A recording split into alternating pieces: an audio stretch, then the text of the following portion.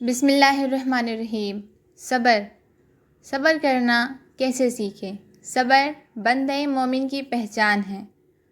الحمدللہ رب العالمین والعاقبۃ للمتقین والصلاۃ والسلام علی اشرف الانبیاء والمرسلین نبی محمد صلی اللہ علیہ وسلم وعلی آلہ واصحابہ اجمعین ومن تبعہم بإحسان الی یوم الدین، اما بعد، فقد قال اللہ تعالی فی الکلام المجید والفرقان الحمید، اعوذ باللہ من الشیطان الرجیم، بسم اللہ الرحمن الرحیم، انما یوفی الصابرون اجرہم بغیر حساب، وقال النبی صلی اللہ علیہ وسلم ما یصیب المسلم من نصب ولا وصب ولا ہم ولا حزن ولا اذن ولا غم حتی الشوکۃ یشاقها الا کفر اللہ بہا من خطایاہ۔ آج میری تقریر کا عنوان ہے صبر۔ سامعین کرام، صبر کے معنی ہوتے ہیں روکنا، منع کرنا۔ اہل علم نے صبر کی 3 قسمیں بیان کی ہیں۔ پہلا، نیک کاموں کو انجام دینے پر صبر کرنا۔ دوسرا، گناہوں سے دور رہنے کے لیے صبر کرنا۔ تیسرا، مصیبت پر صبر کرنا۔ صبر کرنا بندہ مومن کی پہچان ہے۔ صبر ہمارے ایمان کا جزاء النفق ہے۔ صبر کے ذریعے سے انسان کو مدد حاصل ہوتی ہے۔ اسی لیے اللہ سبحانہ و تعالیٰ نے صبر کے ذریعے مدد طلب کرنے کا حکم دیا ہے۔ اللہ سبحانہ و تعالیٰ فرماتا ہے، یا ایھا الذین آمنوا استعینوا بالصبر والصلاۃ ان اللہ مع الصابرین۔ اے مومنو، تم صبر اور نماز کے ذریعے مدد طلب کرو، بے شک اللہ سبحانہ و تعالیٰ صبر کرنے والوں کے ساتھ ہے۔ اس آیت کریمہ میں اللہ رب العالمین نے صبر اور نماز کے ذریعے مدد طلب کرنے کا حکم دیا ہے۔ اس کا مطلب یہ ہے کہ اللہ سبحانہ و تعالیٰ کی مدد نماز کی پابندی اور صبر کرنے پر موقوف ہے۔ صبر ایک بہترین عطیہ ہے، اس سے بڑھ کر بہتر عطیہ نہیں ہو سکتا۔ جیسا کہ اللہ کے رسول صلی اللہ علیہ وسلم نے فرمایا، وَمَا أُوتِيَ أَحَدٌ عَطَاءً خَيْرًا وَأَوْسَعَ مِنَ الصَّبْرِ۔ کسی شخص کو صبر سے زیادہ بہتر اور اس سے زیادہ وسیع عطیہ نہیں دیا گیا۔ اسی لیے قرآن کریم میں صبر کا تذکرہ 90 سے زائد جگہوں پر ہے، جو صبر کی اہمیت، افادیت پر دال ہے۔ کتاب و سنت میں صبر کی بڑی فضیلت بیان کی گئی ہے۔ مصیبت پر صبر کرنا بڑے اجر و ثواب کا باعث ہے۔ اللہ سبحانہ و تعالیٰ فرماتا ہے، انما یوفی الصابرون اجرہم بغیر حساب۔ بلا شبہ صبر کرنے والوں کو بے شمار بے حساب اجر دیا جائے گا۔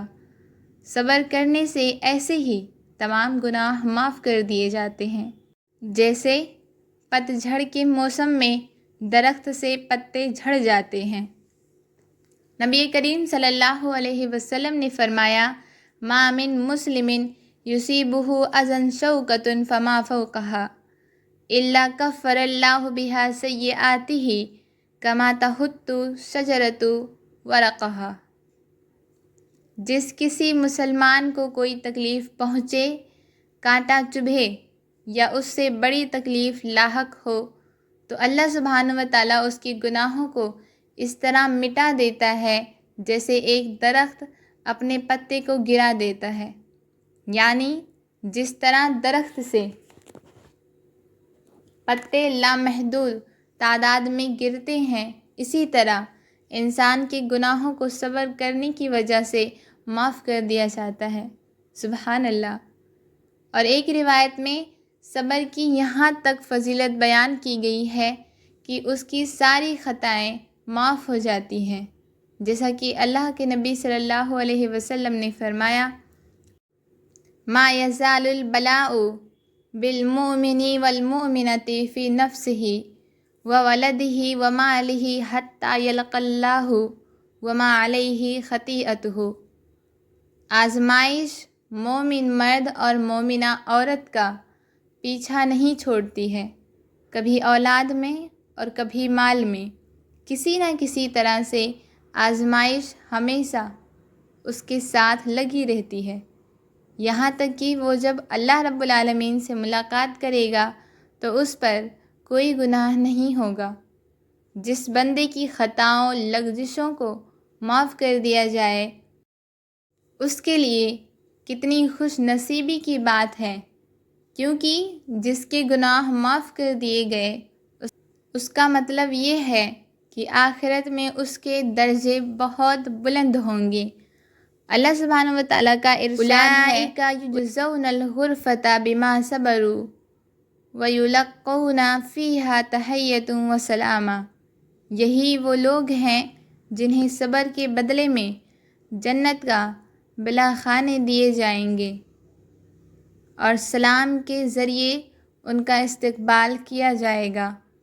صبر کی ایک فضیلت یہ بھی ہے کہ دنیا میں صابرین پر اللہ سبحانہ وتعالیٰ کی نوازشیں اور رحمتیں نازل ہوتی ہیں۔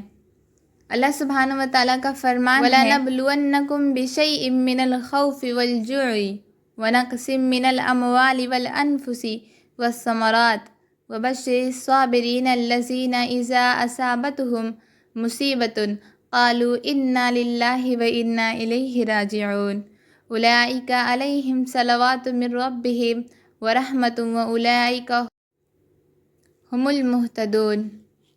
ہم تمہیں ضرور آزمائیں گے، کچھ خوف وہر اس سے، بھوک اور مال و جان اور پھلوں میں کمی کے ذریعے سے، اور اے نبی محترم آپ صبر کرنے والوں کے لیے خوشخبری سنا دیجیے۔